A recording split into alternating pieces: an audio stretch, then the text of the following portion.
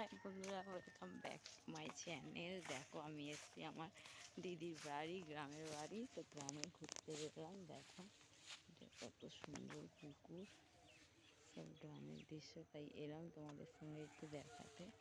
তো আমরা এখন যাচ্ছি খালপাড়ের দিকে, ছোটো নদী আছে সেই দিকে।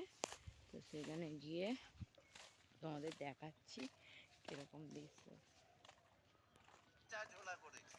এইখানে সব ধান কাটা হয়েছে, আর এই যে ধান কিছু কিছু কেটে আর খড় বেঁধে রেখেছে, আর এখনো অর্ধেক ধান চাষ তোলা হয়নি।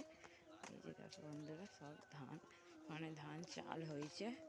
এই গ্রাম সাইডে না এলে এইসব দৃশ্য দেখা যায় না আমাদের কলকাতার দিকে।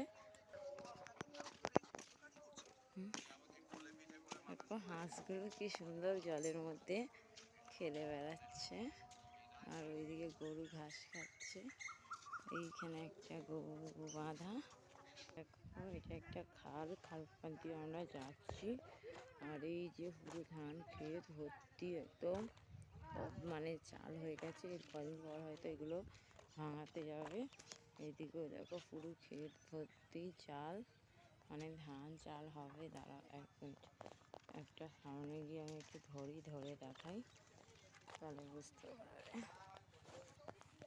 এই দেখো এটা হচ্ছে ধান হয়েছে, আর এটা দিয়ে চাল বার করা হয়। এই চাল আমরা খাই। আশা করি এর ভেতরে চাল হবে। দেখি একটা খুলে দেখি, কি নরম ভেতরটা, হাতেই চলে এলো। দেখো আমি অ্যাকচুয়ালি এক হাতে ক্যামেরা ধরে আছি, এই ফোনটা ধরে আছি, আর এক হাতে খোলার চেষ্টা করছি। বন্ধুরা, এর ভেতরে মনে হয় চাল আছে, শক্ত কিন্তু প্রচুর নরম। মনেই হচ্ছে না এর ভেতরে এক একটা চাল বার করে করে তারপরে চাষিরা কত কষ্ট করে যে একটা চাল বার করে। আমরা তো রীতিমতো খাচ্ছি দাচ্ছি আর মজাতেই আছি। যারা অ্যাকচুয়ালি চাষবাস করে তারাই জানে যে কত রকম কত কষ্ট হয়। যাকে আমি তো এটা বার করতেই পারছি না চাল, আমি দেখতে এলাম। আর এইদিকে বন্ধুরা, গ্রামের সাইডে না অনেক তাড়াতাড়ি এই দুপুর রোদ উঠে যায় কাজে, ওই জন্যে না কিছু এত রোদ কড়কড় করছে, এখানে আমি তাকাতে পারছি না। তো যাই হোক, দেখো পুরো ধান ক্ষেত ভর্তি, আর এই পারেই খাল, একদম ধান ক্ষেত ভর্তি। আর আমি এখানে দাঁড়িয়ে আছি, পেছন থেকে ভ্যান ট্যান সব যাচ্ছে, এই রাস্তা দিয়েই যায়, সিধে রাস্তায় ইঞ্জিন ভ্যান যাচ্ছে। এই যে এরকম ভ্যানে করে আমরাও এসেছি। সত্যি খুব সুন্দর লাগে গ্রাম সাইডের অপূর্ব দৃশ্য এগুলো। আর হয়তো যখন প্রোগ্রাম থাকে, অ্যাকচুয়ালি আমার দিদির বাড়ি এইখানে, এটা হচ্ছে সুন্দরবন এলাকা। এখানটায় হচ্ছে অ্যাকচুয়ালি মেলা হচ্ছে, রাস পুজোর মেলা। সেই মেলাতে আমি এসে ভাবলাম তোমাদের সঙ্গে একটু শেয়ার করি কোথায় আছি। দেখো কত সুন্দর চারিদিকটা। আর এই যে আমি, এত রোদ বন্ধুরা, না দেখতে পাচ্ছি কিছু, না তাকাতে পাচ্ছি, এত চাই। আর এই যে খাল চলে গেছে, এই খালের জল দিয়েই এদের জমি চাষ হয়। আর এই যে ক্ষেতটা দেখছি বন্ধুরা, এই ক্ষেতটা আমার দিদিদের।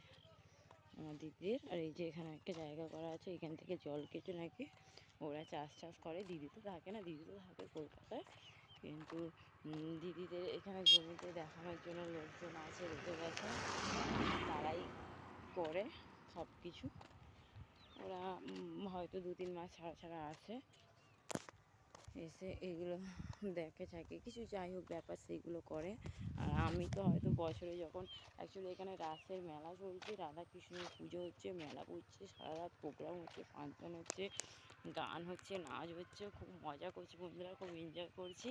কালকেও অনেক রাত, আগের দিন সারা রাত গেছিলাম আমরা প্রায় রাত্রির তখন 8টা নাগাদ, আর এসছি ভোরবেলা বাড়িতে।